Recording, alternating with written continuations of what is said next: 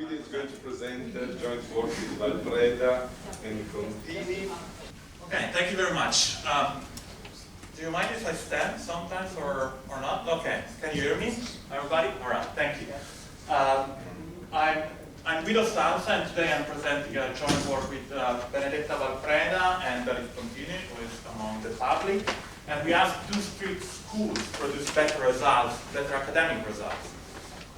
And we focus on propensity to retain. Let me dig a bit more on it. So we are mostly an Italian public, so I might assume that everybody knows who is grade repetition, which is bocciatura in Italiano, and is used in many countries to manage a situation of poor academic results. Even if it's largely used, there is a large debate on it. Some criticize, some support this policy, these tools, saying that it provides additional time to recover for students, to fill the gap, and preserve learning standards. So also, it's an incentive to elicit effort for students. Others instead underline that there is a high cost on individual and society, a substantial cost due to loss of students or human capital.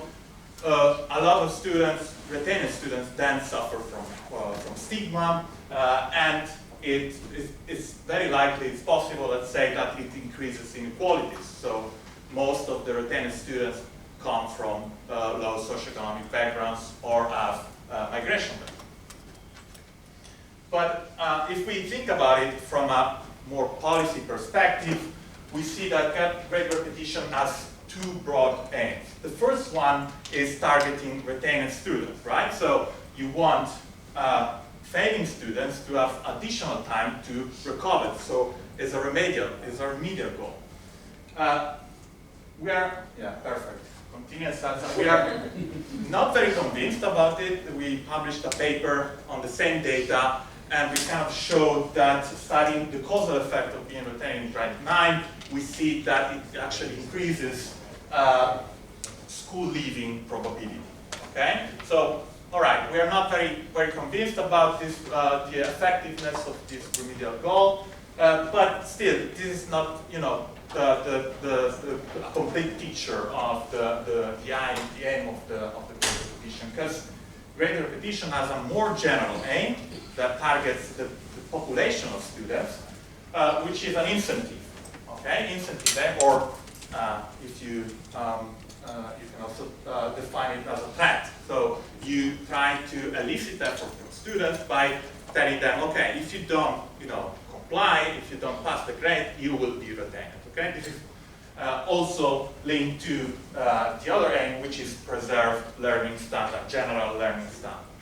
And as a kind of follow-up, this study focuses on the second general aim. So what we do, we analyze the causal effect of the existence of the policy of grade retention on school performance. Just a bite on what we do, but then I will dig much more into it. The ideal setting, of course, would be to compare a world where grade repetition exists with an identical world where grade repetition is not there. But of course, this is not possible. For this reason, we focus only on promoted students, and we exploit school propensity to retain, more on this later, to estimate its impact on later achievement. I will be very quick on the previous literature because there's not much out there. So again, the literature on the effects of grade repetition on the general population is very limited and offers no clear conclusion.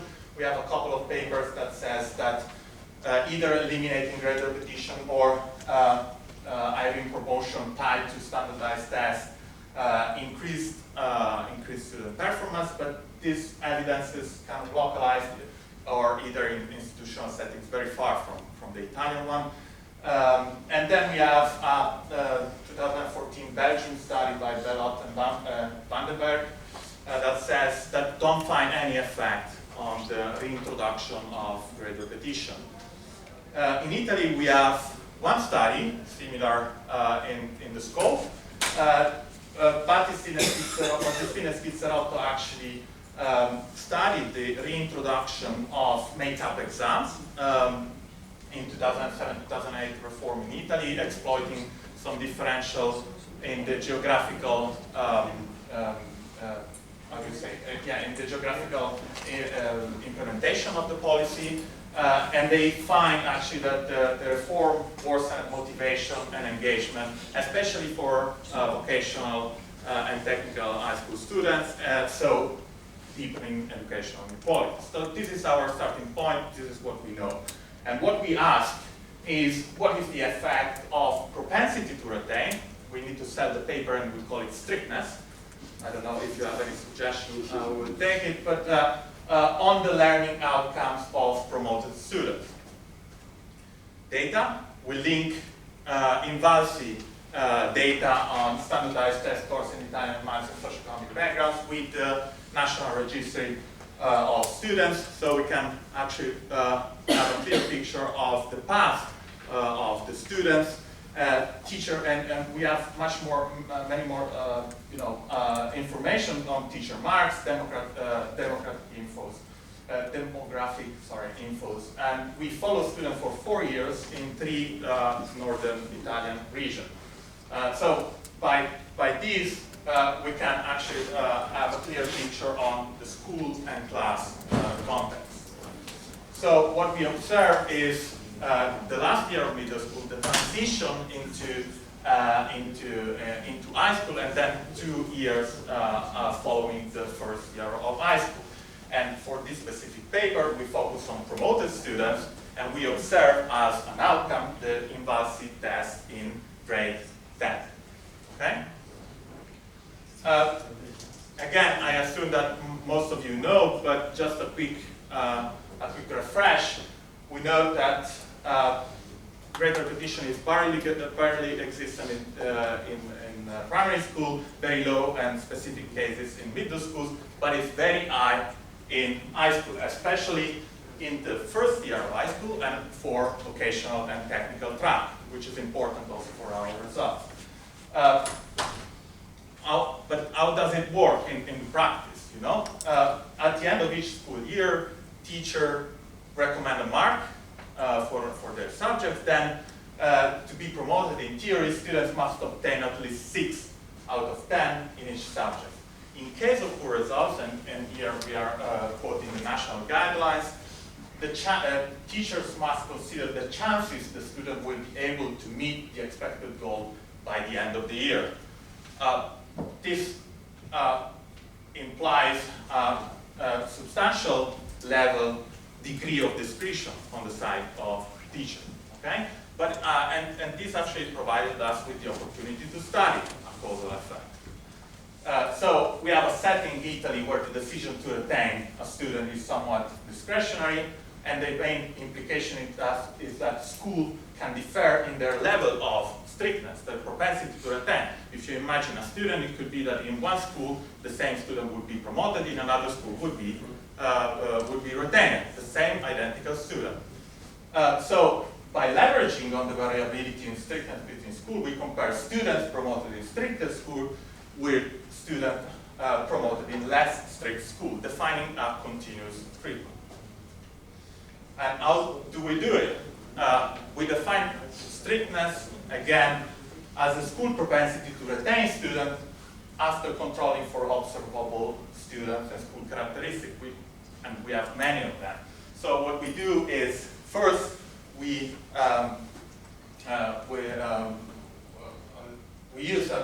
estimate the probability of getting grade repetition with a multi-level logic model, including the array of student characteristics, the array of school characteristics. And then, as a post-estimation, we estimate the residual level, so what we call the propensity to retain at the school level, which is not related to any students or school characteristics. And this residual then represent strictness.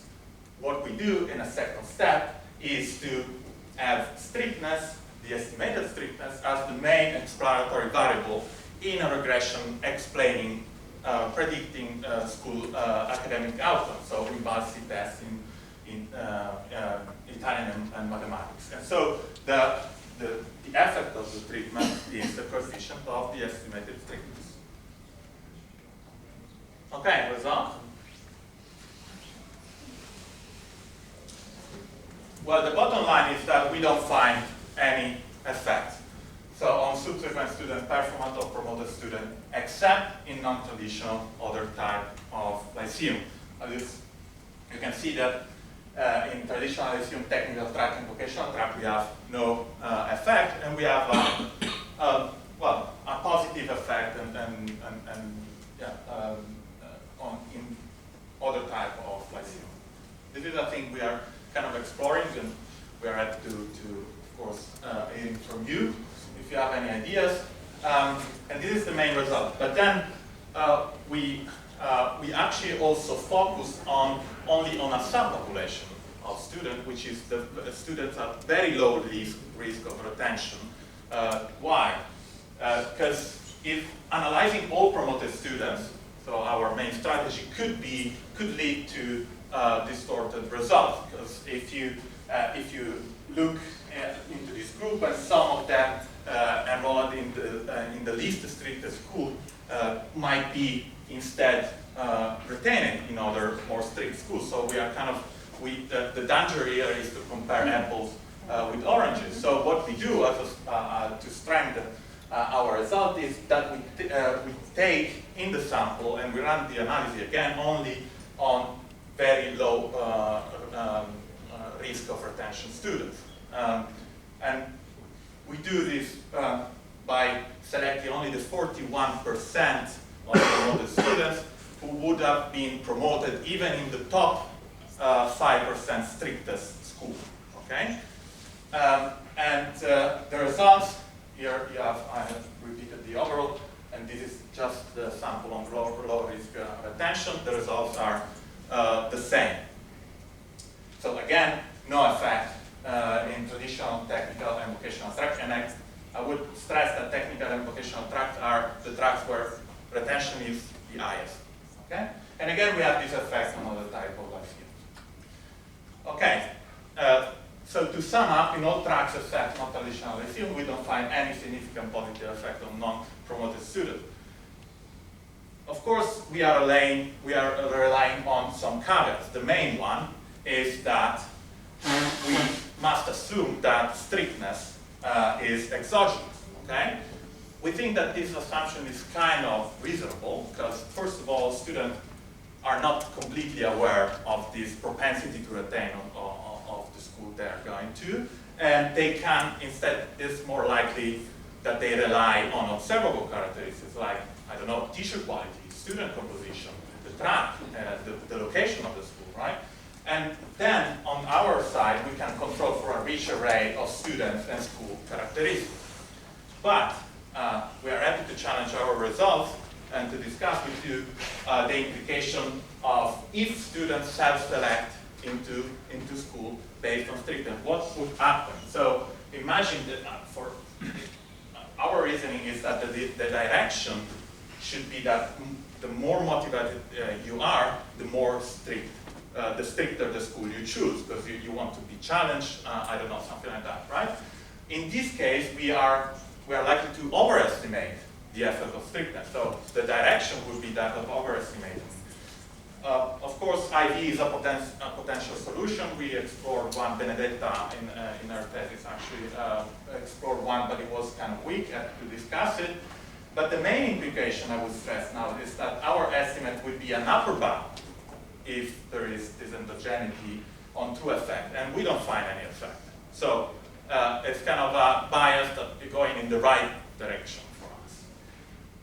But of course, it's not, in practice, strictness, if strictness is endogenous, it's not the only problem that arises. You have another problem. So not only the effect of strictness is biased, but also its estimation. If the characteristic of students are linked to the residual, an observable residual, you have endogeneity. Okay, so you have the estimate of school strictness is biased.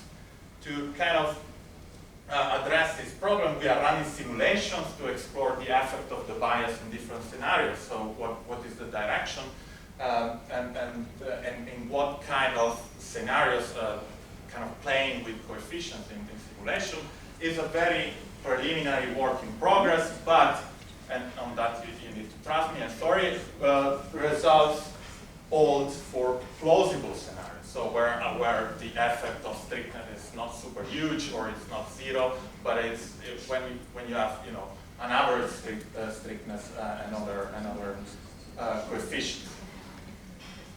To wrap it up, first from our previous research and other papers, we kind of know, we have the feeling that retention harms the students who are held back. Therefore, retention as a remedial practice does not seem to work.